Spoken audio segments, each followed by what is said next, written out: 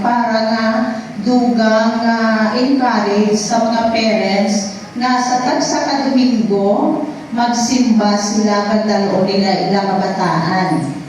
Te ang agud babatyagan sa mga kabataan nga mapalangga sila sa Dios kag sa simbahan.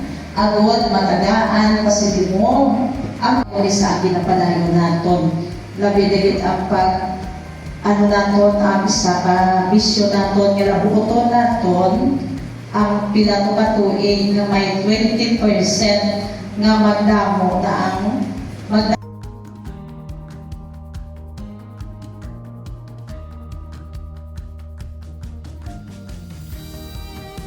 ang gusto mong mag-i-art during sangpunan, i-improve ang isa lang gidna ka isa ka booklet tayo ara na sa ila kung mag-reproduce sila. Basta ang role lang ng worship is mag-provide kami ng whole copy para dyan. So give us 2 months for that. Standardized liturgical format implemented parish-wide. Ibig sabihin, kung ano ang nagkalatabo diri sa parokya, amo man na ang matabo sa panibahon. Kaya kung kisa, hindi kita pwede mag-add or bisitang katilingban. Damo nga mga kapilya nga wala gid sila sa liturgical ministries. So, amo ina nga gina-encourage gid ang tanan nga kinahanglan may aragid kamo at least 3 na lektor, isa ka lay minister. Ang sakristan okay gina-encourage man, pero at least ang lay minister kag ang lektor aragid kasi ito lang gid man ang allowed magbasa. That is the lector para sa tuwa ka reading.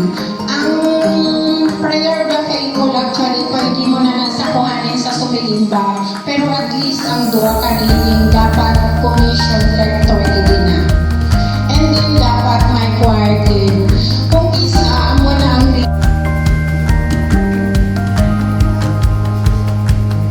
sure o ayan. Tapos approve liturgy. So we're planning na sa panibahon guide, mag-insert na kami dira. Duwa ang panibahon guide, may kalawat na wala ang lawat, and then i-insert na naman dira ang lahat ng song. Ordinary time, my girlfriend, my servant leader. Okay, improve worship resources. Okay, visiting yung panibahon guides and workers. So, project right now sa worship. I-distribute 3 months urgently before commissioning. At least one annual probation conducted. Sufficient number of active AMXC per parish and area masses. So right now, sufficient kita sa parish pero sa area wala. So ako ina ang project ng worship committee. That's why nag-plan kami na mag-outreach.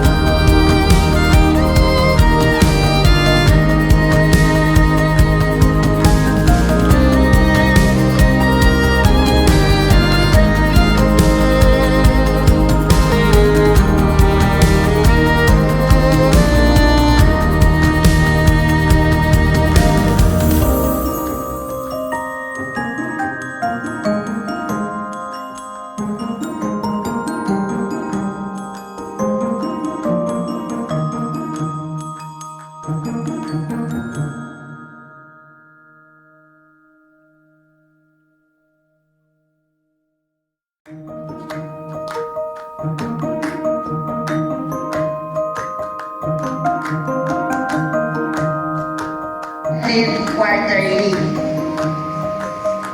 Timeline. Collections will be, success indicators, katagalan mas mapagyapon. 100% accurate documentation of collections, timely submission of financial reports, and accountability of transparent recording of collections. Present reports to the parish